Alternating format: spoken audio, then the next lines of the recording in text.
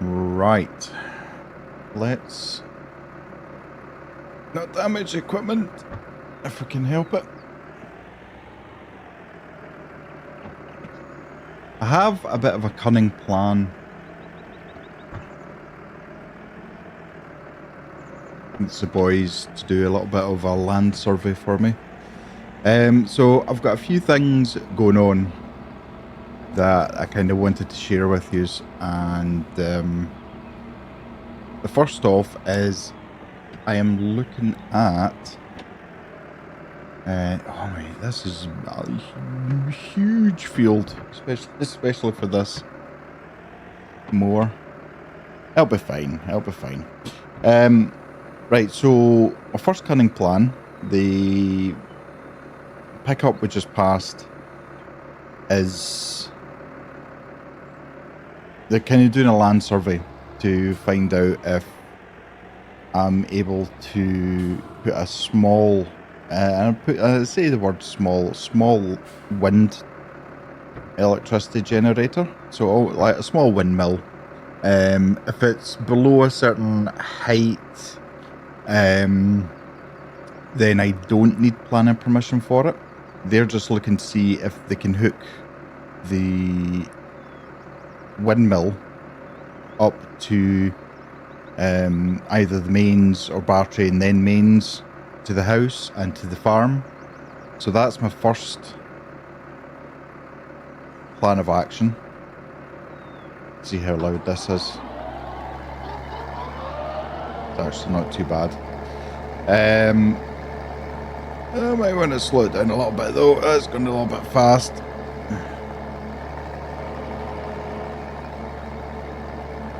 That's a bit better. I can manage that speed a bit better. So that's the first one. Second one is I've got a company coming in the next couple of days to have a look at the shed, the main shed that keep the machinery in, to find out if structurally it's sound to have solar panels, because the folk who had the farm before me were very kind to leave utility bills, and yeah, the bills for the farm are, although we don't have a huge amount, we don't have a cow shed, we don't have any animal sheds at all at the moment. I think I just hit that fence a little bit. It's still using a lot of electricity. I'm not sure how old the wiring in the house is, but either way, it's using a lot of electricity. So, as you can see, the shed, machine shed, has got quite a big roof, and it's only 5 or 10 years old, so should be structurally sound. It's made of steel, and I'm hoping that there's going to be enough strength in it to hold at least a few solar panels, which would then allow me to put the solar panels, it's easy for me to say, put the solar panels up and generate some electricity. And if I can get the windmill going as well, then I think what I'm better doing is maybe now reversing my direction, because it's easier for me to estimate the width of the mower. Again, I'm finding all this out as I go along. I have been doing a lot of watching of videos on YouTube and Googling things. So that's two plans that I have. The last plan I have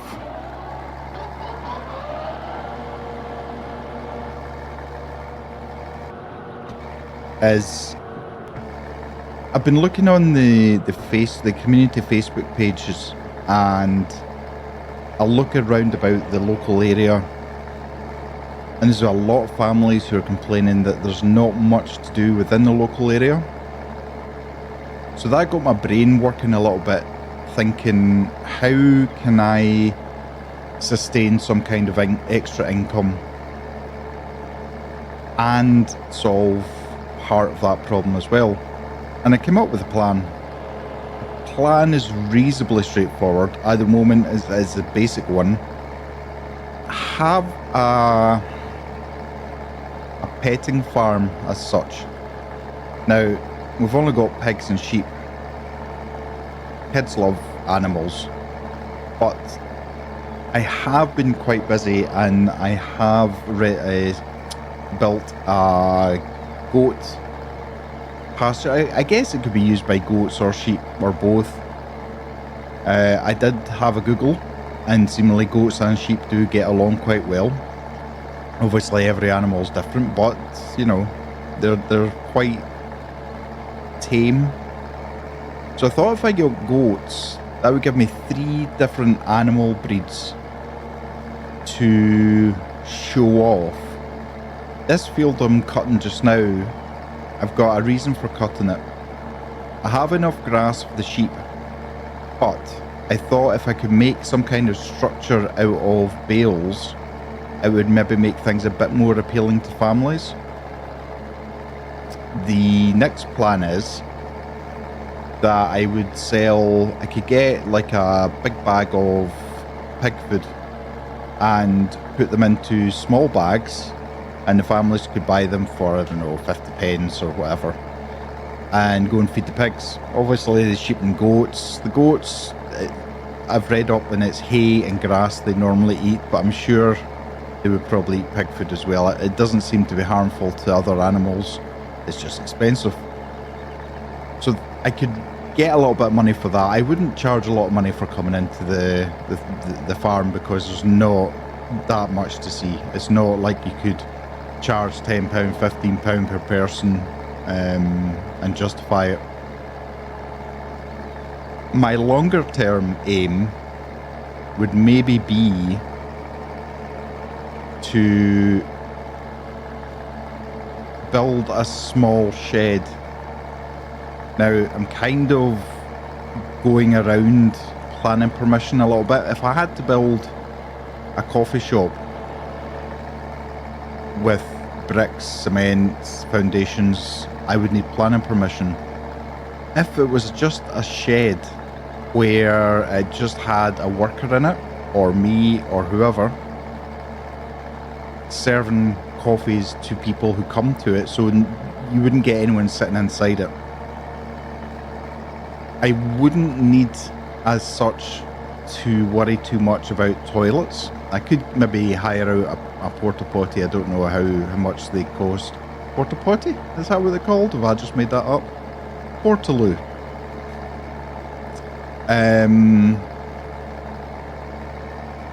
Yeah, so that's part of the cunning plan that I have. Whether it comes off, I don't know. But so yeah, the reason I'm cutting this field is to, I can obviously feed the goats grass, but I could maybe make some hay bales and build a small structure. It wouldn't cost me too much to get some wood and build a couple of picnic benches if families wanted to come along and have a picnic. As you can see, the scenery is beautiful, so you know, if the longer they spend on the farm, the more chance I've got that they would buy something. If it did become very popular, then my, say, 5-10 year plan would be to get planning permission and build an actual cafe stroke souvenir shop, buy in some stuffed animals, some t-shirts, cups, who knows, to sell, and that would generate some more money as well. Obviously, if I'm hiring a member of staff to run even the shack, that's obviously costing me money per hour.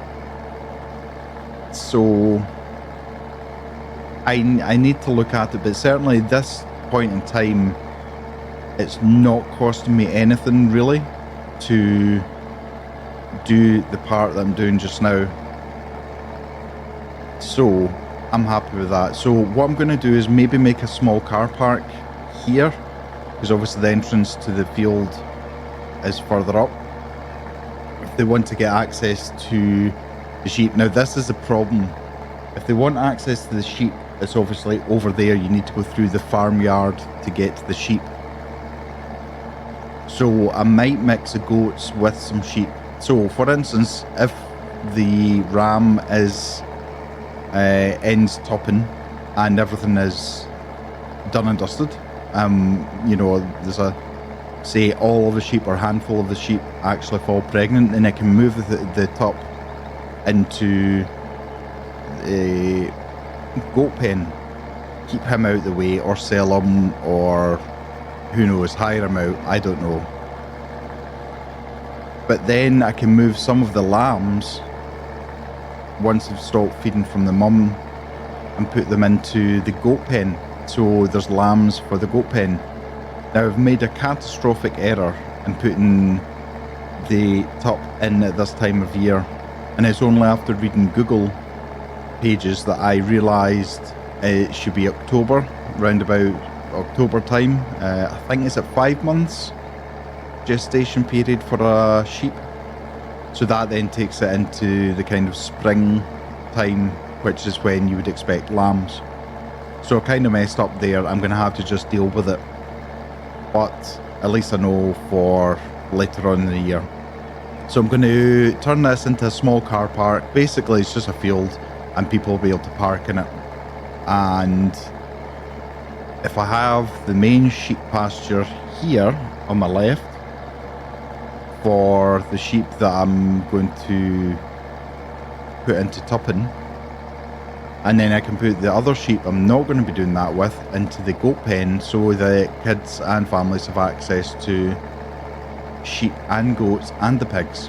And it says because you can't have kids or members of the public walking about your farmyard, that's a no-no. That's a huge health and safety issue straight off, and I can understand why. That is a plan. I'm going to finish off this field. I'm kind of trying to cut it back into a square again because I'm just making an absolute mess of it.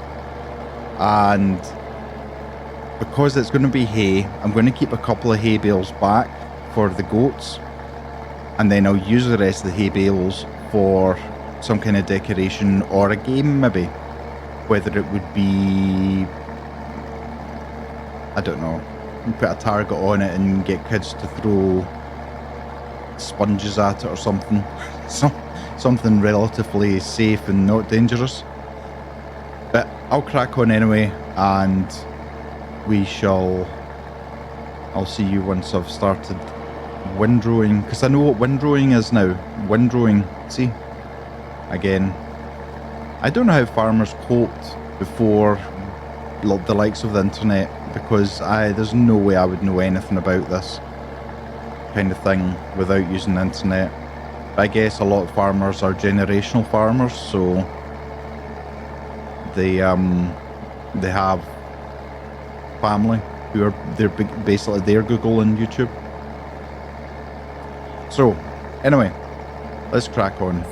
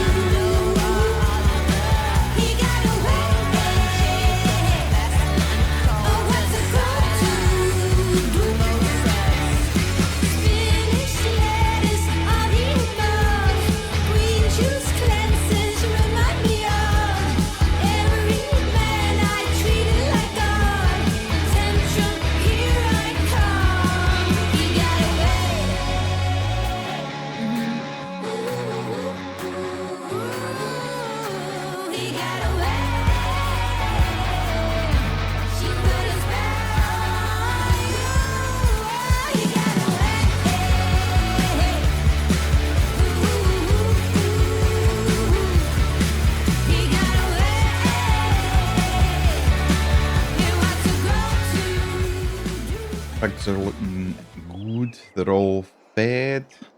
New pen is all sorted. Hopefully that holds up to the goats and the sheep. They should hopefully be fine. I have been doing something else. Do you know what that took? It did actually take a full trailer of hay bales. So that'll do them for a while. But I have 2 creations. Now, you might need to use your imagination a little bit. This should look a little bit like a tractor. If kids decide it looks something different, then that's absolutely fine. It might look like a train, I don't know. It might look like a tractor. So I spent a little bit of time fixing it up, making it look as good as possible. Could probably use square or square bales instead, but I didn't. The second thing I made, now again, use your imagination, is a big seat. There's a couch or a chair, whatever your imagination decides it is.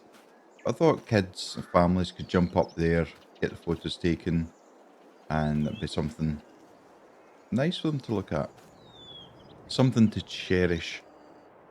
That is the plan. It's been a beautiful day. It's getting a bit overcast now, but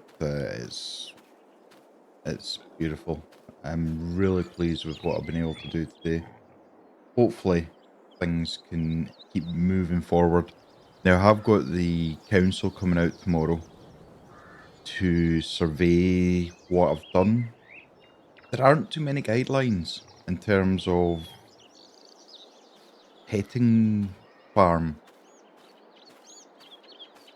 which is a little bit troubling. But the kind of health and safety guidelines cover a lot of the things. So they're going to come tomorrow. They're going to give me some advice on what I need to do to get things finished, to make sure that I'm covered. It's part of the insurance for public liability that you have a survey done so that the council can basically tick a box and say, yes, it meets the standards required, and therefore your insurance becomes valid. Otherwise, your insurance is not valid.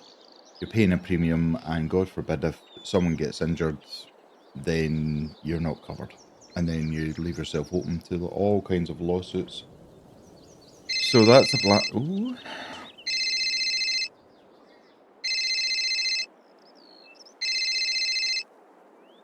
Hello? What are you doing in that farm? Wait, what do you mean, what am I doing in the farm? I'm doing farming stuff. Why building bale structures? Have you got a camera somewhere? Are you in a bush or a tree with binoculars? How on earth did you know I was doing that? Now I was driving past and I saw it. What on earth are you doing? Well, funny you ask. I'm setting up a petting farm.